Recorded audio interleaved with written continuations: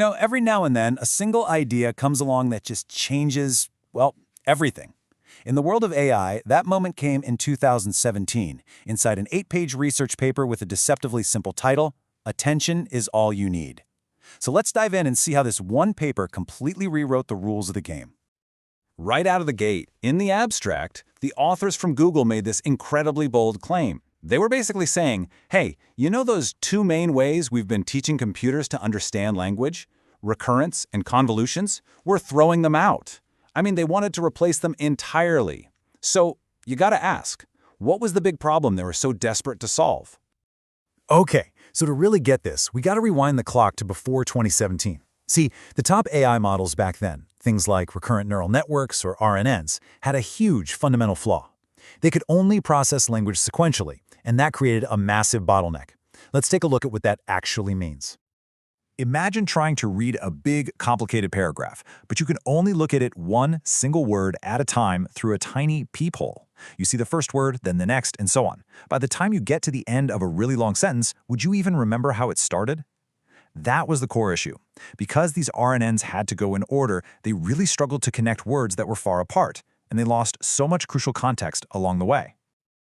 So this is literally what it looked like. The model would process the, then cat, then sat. Now, this isn't just slow, it makes it incredibly difficult for the AI to learn those important long-range connections. The paper put it perfectly.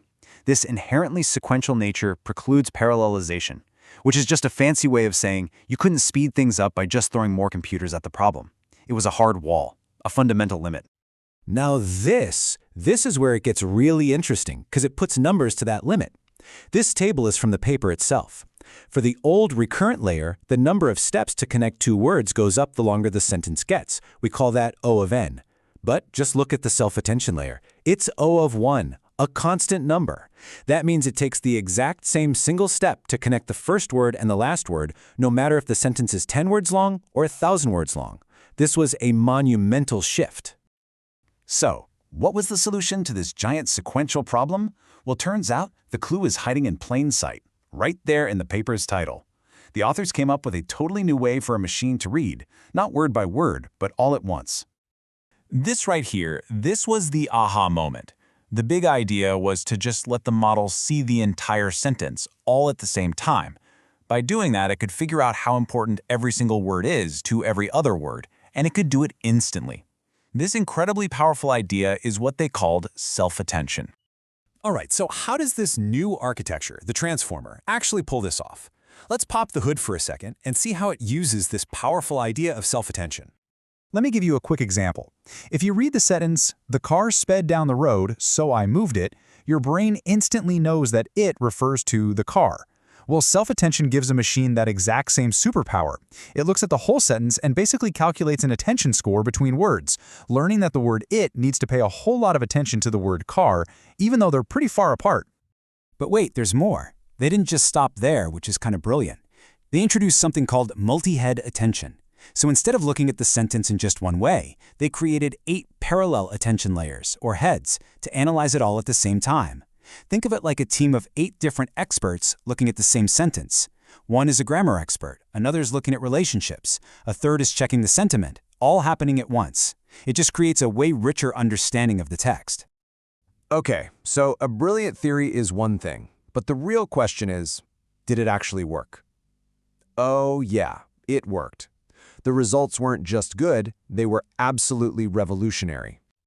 And this table tells the whole story. It's showing results for machine translation, a really tough benchmark. The old models, even when you mashed all the best ones together into something called an ensemble, they topped out at a score of 26.3. And the transformer? Boom, 28.4. It didn't just edge them out, it blew right past them. Now, to give you some perspective, in this field, improving your score by 0.1, that's considered pretty good progress.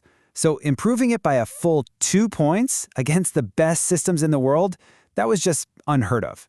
It was a total mic drop moment for the entire field of AI. So let's just recap why this was such a massive deal. The transformer had 3 huge advantages. 1, it had way better quality. 2, you could train it a lot faster because it wasn't stuck going word by word.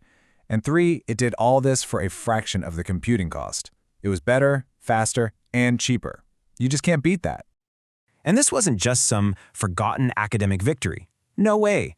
The shockwaves from this one paper are the direct reason we're all living through this AI explosion right now, today. I mean it. You can draw a perfectly straight, unbroken line from this paper getting published in 2017 to the generative AI tools that are changing our world as we speak. This paper provided the fundamental blueprint, the DNA, that pretty much everything else has been built on. And here's the final piece of the puzzle. You've heard of GPT, right? Of course you have. It stands for Generative Pre-trained Transformer. That T is not a coincidence. It is the direct descendant of the architecture laid out in this very paper. Every major large language model today has a transformer at its heart. So in the end, a paper that was all about teaching machines where to pay attention forced the entire world to pay attention to it. It totally redefined what was possible. And it leaves us with a pretty big question, right? If attention was the key to unlocking this whole revolution, what's going to be the next one?